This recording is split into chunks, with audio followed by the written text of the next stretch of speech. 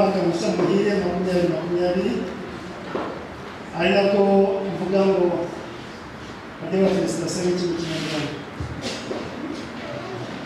ari nako dushima Imana ko 2019 buriya tubinditseho twawurangije iyo turimo gutangira umwaka mushyashya hagiye nibaza ngo ariko turimo umwanya tuba turimo w'amashimwe celebration uyu mwanya turimo tuba twishimira ko haje umwaka mushya cyangwa tuba twishimira ko aho undi tuwushoje neza. Ntabwo tugiye kwivuga nawe ariko Imana ishimwe ko 2019 hamwe n'ibi yose yabanje tuyinditseho. Hari igihe nibaza ni umwaka washize cyangwa n'ubwo bugiye tuwibitseho, hanyuma hakaba haje n'itwifuza no kuzibikaho. Haleluya. Imana ishimwe. Hari umuntu wavuze ngo 2020 ntabwo yiyumvagamo kandi nibyo nuko yabivuze.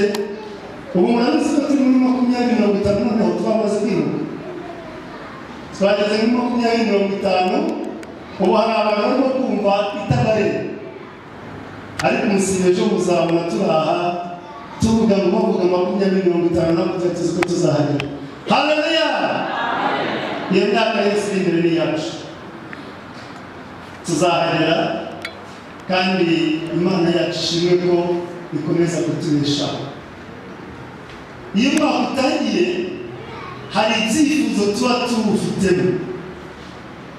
Ikintu kinangaza akenshi iyo umwaka utangiye hari ingamba dufata. Njyewe reka nivuge hari izo ufata.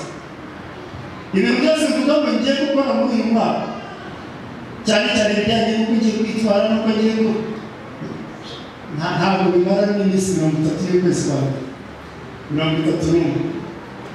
Cyangwa nubwo niba bavuze ngo ngiye gusoma ibitabo cyangwa ngiye gukora ibi umunsi wa kane wa kabiri wa gatatu icyumweru cya mbere kikarangira nazo umwaka wagera ukarangiye. Sinzi niba mwegera abaho, ariko umwaka itangiye tuba turimo kuvuga ibintu bitangaza, ariko twajya kureba tugasanga ntabwo byakunze. Kubera iki?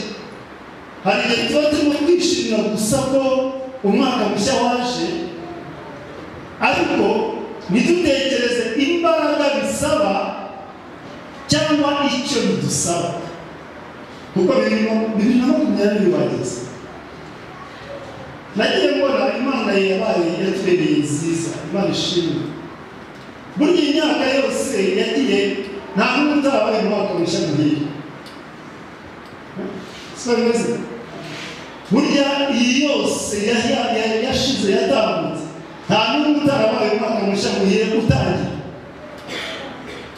Hanyuma isoza sinzi niba uko tugomba kugana tugiye kurasa. Ni ukuvuga ngo umwaka mushya muhire waje wa wundi tukumva watayagaciro, ariko nyamara uyu mwaka watambutse buriya ibi byose twari turimo kuvuga amashimwe biri mu mateka yacu. Hari umuvandimwe mushiki wacu warayavuze hano ngo mama wanjye yavuye muri morgue cyangwa mu buruhukiro ishuri. Buriya ibyo byose babyagiye bikiyandika mu mateka, bavuga ngo hari umwaka, hari igihe, hari umunsi mama yavuye mu buruhukiro 1, 2, 3, 4. Burya iyo myaka yose twagiye tuyibikaho. None haba haje n'undi mwaka mushyashya, ariko buriya uko haza umwaka mushyashya haza n'inshingano nshyashya, haza n'ibindi bintu bidusaba guhinduka cyangwa se guhindura, kuko burya amazi ya 2020 si yayandi ya 2019. Tuvuga 2020 hagati aho hari umuyobozi wavuze ukuntu bizaba bimeze. Umuntu arambwira ngo ibintu murimo kuvuga ngo se byarizo we ntabwo ari we. ariko icyagaragaraga 2020 twavugaga hakozwe byinshi. Ariko nabwo impamvu twese tukiri aha ngaha ni ukubera ko ya 2020 ko yari imeze wenda turiho twageze 2050 turayishimiye kandi ni nziza. Ako ni mukwibaza ariko buriya 2050 ukuntu tuyitekereza izaba wenda Kigali ikeneye kubagaho n'umuntu umeze gute. Ushobora gusanga 2050 tuhageze ariko Kigali twarananiranye, sibyo? 2050 ikaza iri imbere hariya ugomba kuvanya muri 20 twakomeje. Ariko niba haje umwaka mushya, niba haje viziyo nshyashya, buriya hari ikindi nanone bidusaba. Buriya ikuzimu baba bapanze gahunda, abashinzwe iterambere baba bakoze gahunda, abanyapolitiki bagakora gahunda, ab'umutekano bagakora gahunda, ab'ubuzima bagakora gahunda, ab'amashuri bagakora gahunda. Sigaye nangara kuko njya kumva mu mubare mu kigo cy'ishuri 300 nakumva bwacyo gusa ngo by'abana 600 ntabwo ari make na kimwe. Wajya kumva wari utuye wumva nawe ugezweho rwose kadastre bwacya ugasanga aho ngaho ugomba kuba ari ubugeretse 2 cyangwa 3 ukahita wumva wise yanzu yawe ya kadastre wamaze igihe nyine mu bari gitangaza uwo munsi kare kibanza bagatangira kugisaba. Buriya nicyo bivuga uko imyaka igenda indi gataha hari ikintu dusaba. Ishuri wari urimo ryiza cyane, umwana wawe banishyura 500 serivisi ya 600 bwacya mu gitondo kugazawe miliyoni 2 cyangwa n'ibintu n'igiciro kugerageza ugahita wumva byatangiye kugusa. Ngende muri bakavukira hariya hirya cyakora iwacu nta masambu yahabaga nta kibazo dufite cyane.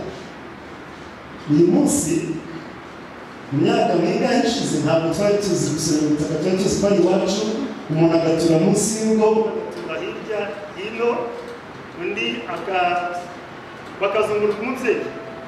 Icyo ngicyo ayo mateka yararangiye. Icyo ngicyo ni ukuvuga ngo hari uko imyaka ishira indi igataha hari ibigenda bihinduka. No mu buryo bw'umwuka ntekereza ko muri iyi minsi turimo gutekereza murabizi neza ko intego y'Abakristo turimo kuvuga muri rusengero umuntu atwicaye mu bibaza mubona atari kwiza ntacyo tubaye, ariko buriya kabaye nta imyaka uko irimo kugenda isa iratuma iki ngiki kiboga ari ikibanza bakareba bagasanga nta nzira. Niyo mwana najya hariya mu mujyi wareba nyine umuntu tukabona ububatsi etaje ajya kureba bagasanga iyo eshanu yabaye ikibazo barimo kwitabura kugira ngo bahubake inzu. Uko umwaka uje hari ibyawo biza turawishimira ni byiza, ariko ni no kuvuga ngo mana ko ntazi imbere hariya ko ntazi icyo bisaba, yewe hari icyo bigusaba utagishoboye, ariko ukavuga ngo mana buriya 2019 ibyambayeho ntirengagije indirimbo y'ubushake ivuga ngo hari izo yarwanye ntigeze neza, ariko buriya hari byinshi ntamenya, ariko nibura 2019 niyibanziriza yo amakuru yayo nayavuga, nzi ibyo bashoboye, nzi ibyo bananiwe, nzi ibiteretse, ariko 2020 icyo nzi nuko yatangiye. Ariko unambajije uyu munsi ni kuwa gatatu, unambajije ku cyumweru ntabwo byagenda kugira icyo menya. Haleluya. Icyo numvaga ngira ngo dukomeze twishimire umwaka mushya muhire, ariko tunazirikana ngo hamwe no kunezerwa. Hari abantu iyo umwaka utangiye hari umuntu abikije amafaranga bahembwe nko kuri 20 ambitse amafaranga kugira ngo nibura nzayamuhe kuwa mbere ku itariki 5. kuko ari igihe iyi minsi mikuru yabaye n'ubunani iza n'ayo wahembwe n'ayo wagize gute byose bikabagirana n'itariki yawe kandi twebwe abahembwe umushahara ubu gisigaje kuri kwezi ntabwo bashobora kuba ku itariki ya 10 noneho umuntu akibagirwa yuko agiye kubaho akarangirira ku bunani rero ndagaragara ko biva ko ushobora kuba iminsi 3 cyangwa icyumweru urimo kugerageza ariko hari umuntu ubuzima burangira ku itariki ya mbere cyakora akaba yakoresha ukwezi kose rero data nitutekereza uko tugenda tuva mu mwaka tujya mu wundi dutekereze ko biduha gushima ko bidusaba gutekereza kurushaho ko bidusaba gufata ingamba kurushaho tugafata ingamba nk'umuntu ku giti cye tugafata ingamba nk'umuryango tugafata ingamba nk'itorero tugafata ingamba nk'igihugu ariko byanze bikunze uko umwaka utashye hari ibyawo mwiza Yesu we yavugaga ntabwo mu mwaka yaravuga ngo buri munsi wose ufite ibyawo haleluya na maze igihe mfite ikibazo ntabwo nzi namwe niba mugifite cyangwa mujya mubyibaza muri iyi minsi dutegura gusoza umwaka nakomeje gutekereza imyaka ishize bavuga ngo uyu mwaka uje bavuga ko uzameza cyangwa shangere ko twifuza ubuhanuzi bwose buza abantu mu mwaka utaha ubarisha n'ubuye ukarangira cyangwa habaye mu byinshi wenda ushobora kutatugeraho ariko ikibazo cyo nuko hafi buri mwaka wumva arisha n'ubuye haba hari ibyabaye bibi bikaze biba mu buryo butaha bizabyibuze kenshi maze igihe bimaze kubera iki tugenda twinjira ni bibi ukurikiro bibi cyane ukurikiro maze iminsi numva bimbabaje numva bitekereza hanyuma abantu Imana igira neza ikamenya ijambo ry'umwaka noneho muri iyi minsi ejo bundi ngiye kumva ijambo rije rivuga ngo nzibyo nibwira nzabagira ni byiza ntabwo ari bibi haleluya nzibyo nibwira nzabagirira ni byiza si bibi kugira ngo mbareme mu mutima rero muzabona hanyuma cyangwa utaha iri jambo numvise rishimishije numvise rinejeje ariko bituma nongera kujyamo ndatekereza cyane cyane mvuze ngo mawe Imana impaye aya mahirwe cyangwa se umugisha wo kuganira n'itorero ry'Imana buri munsi bituma ndushaho gutekereza kuri iri jambo nuko ko tubwirwa ngo nzibyo nibwira nzabagirira ni bane bijyanye n'iki bisaba iki ni ibyo kandi tugiye kuganira mu mwanya uteganyijwe cyane ariko Imana ishimwe kuko itugirira neza kandi ifite ibyo yibwira izatugirira reka dufatanye gusoma mu gitabo cy'umuhanuzi Yeremiya igice cya 29 turasoma ku murongo wa 4 kugeza ku murongo wa 14 munyemerere turasome twumva dutekereza kandi n'ushobora aze kongera agira umwanya wo kurasoma abyumva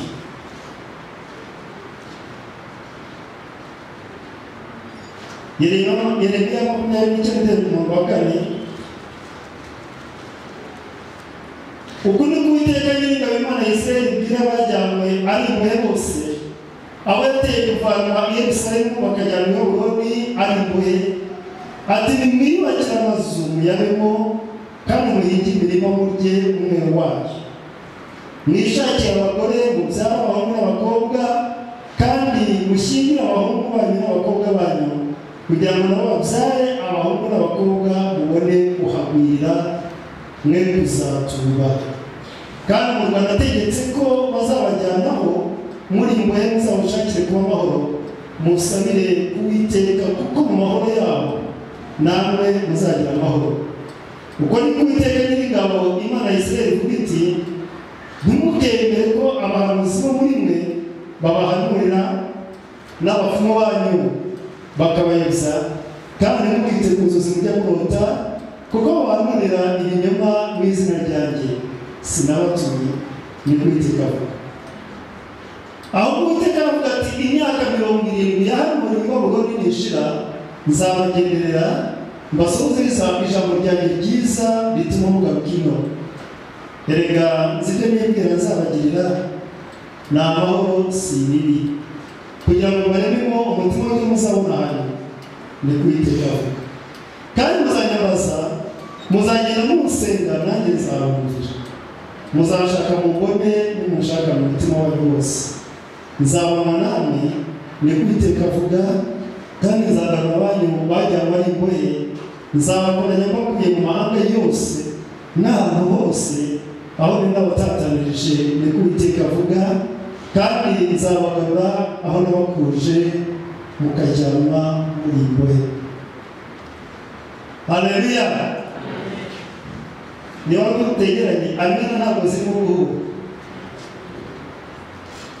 Iri jambo isomye ni ijambo nasomye numva riramanzi ngo Uwiteka Nyiringabo arabwira abajya mu imbohe bose abo yateye kuva mu Yerusalemu bakajya mu Babuloni, ati nimwiyubakire amazu, mutere inzabibu, inzabura n'ishyamba n'amashyamba n'ibintu, mutere urutoki rwere, murongore, mubyare, mwuzukuruze n'abuzukuru banyu muzukuruze. Babyarira muzukuriza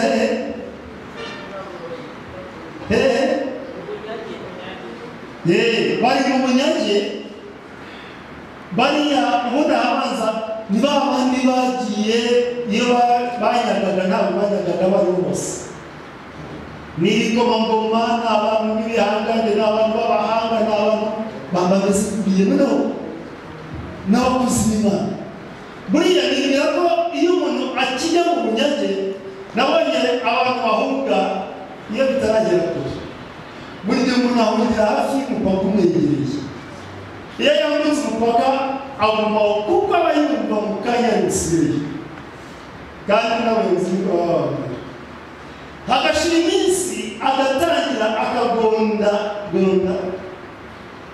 yagonda igenewe aho ngaho bitonya, ku buryo ari ibintu ari buze gusiga kwigendera nta kibazo. Iyo umuntu agihunga ntabwo ntajya kure, nta n'ibintu akora bikomeye. Abasingo ndagiye mu kanya gatoya, cyane cyane tekereza abantu ko baba banyazwe n'abapagani.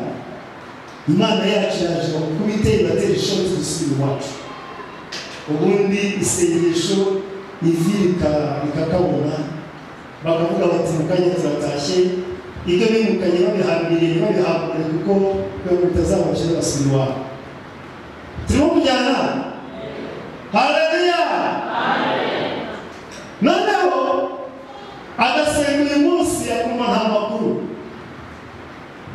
icyumweru nta makuru, hashira ukwezi bagatangira gushaka ibiraka, hashira umwaka bagatangira gukodesha amazu bakava muri bya bintu bakunda mu nzu. Ariko bakomeza kwibaza buri munsi bategereje, kandi barimo barasenga. Turumya barasenga. Noneho urumva abantu bameze gutyo mu by'ukuri baba bakeneye umwana wanjye, mwana wanjye turi kumwe, humura tuzataha.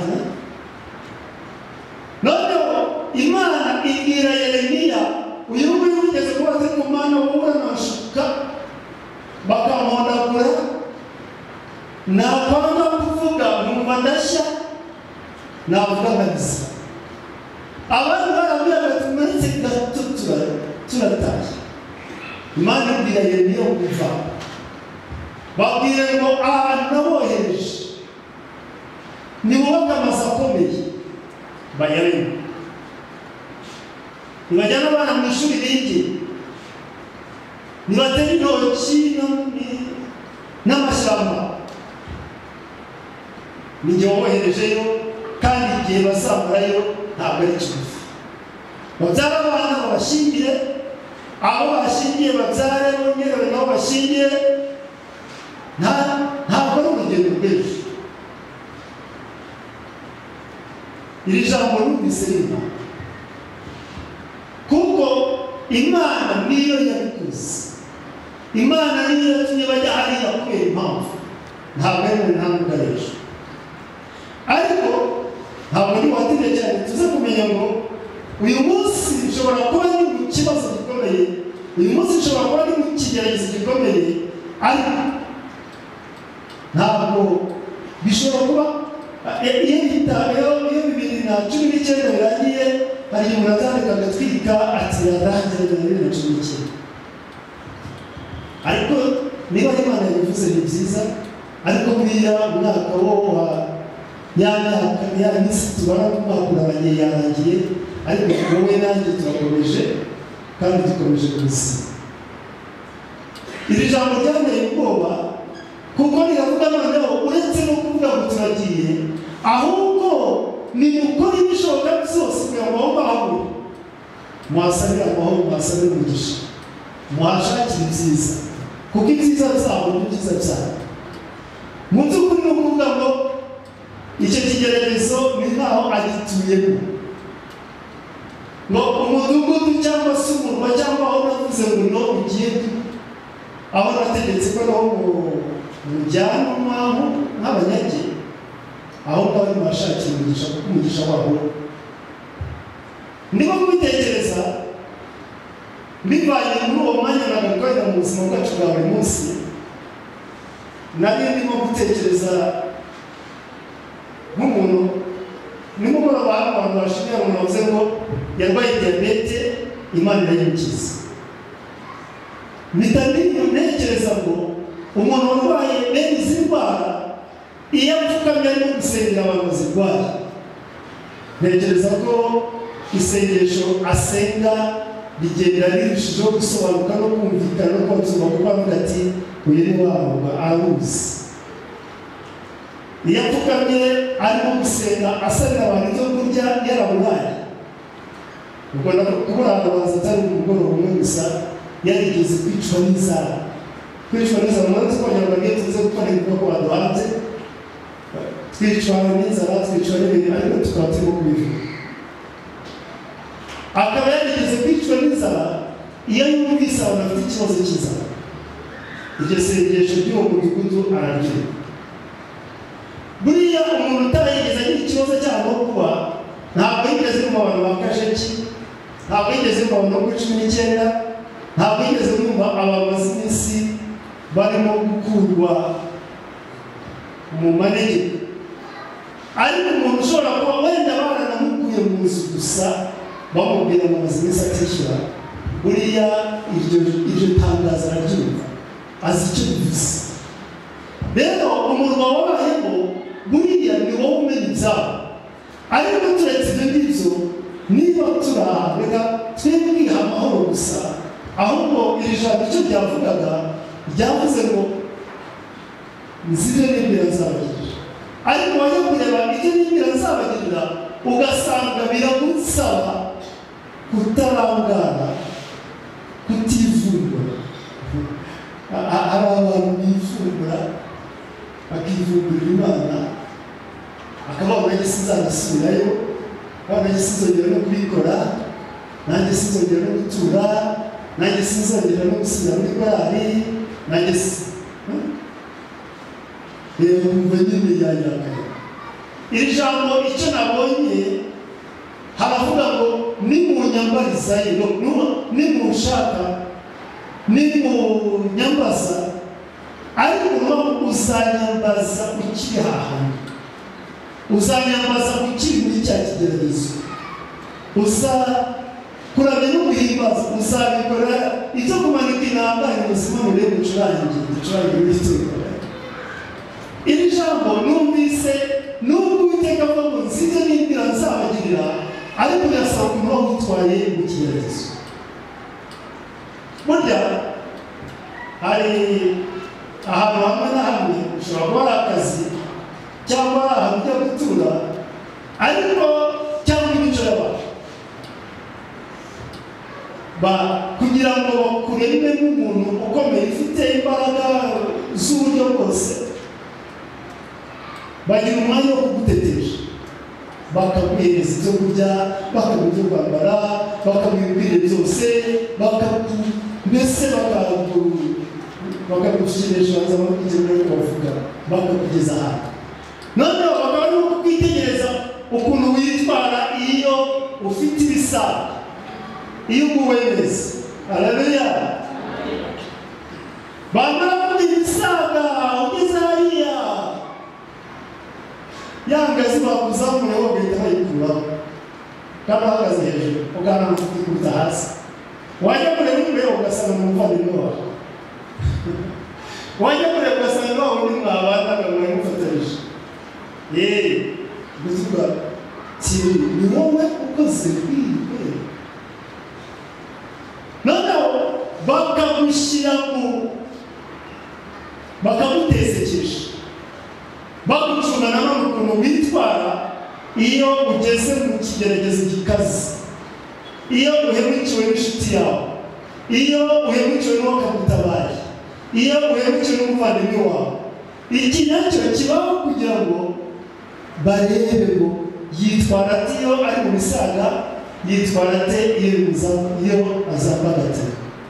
Bamara kureba ko witwara ku mpande zombi, niho bavuga ngo uyu nguyu niwe avuyemo ashyitse, cyangwa bakavuga ati uyu nguyu iyo umuhaye ibisaga igihugu kigira ingorane. Iyo ari mu kibazo n'uwajya ku mavi, reka ntakabure ikibazo wenda cyoroshye. Ahangaha ijambo riravuga ngo aho nabajyanye. Aho rero Imana ikohereje abimujyanye, niho ugomba nubwo ari mu kigeragezo gikaze, ariko Imana ishaka aho ngaho kandi ukomeza kwitwara neza. Ni aho ngaho ushaka Uwiteka.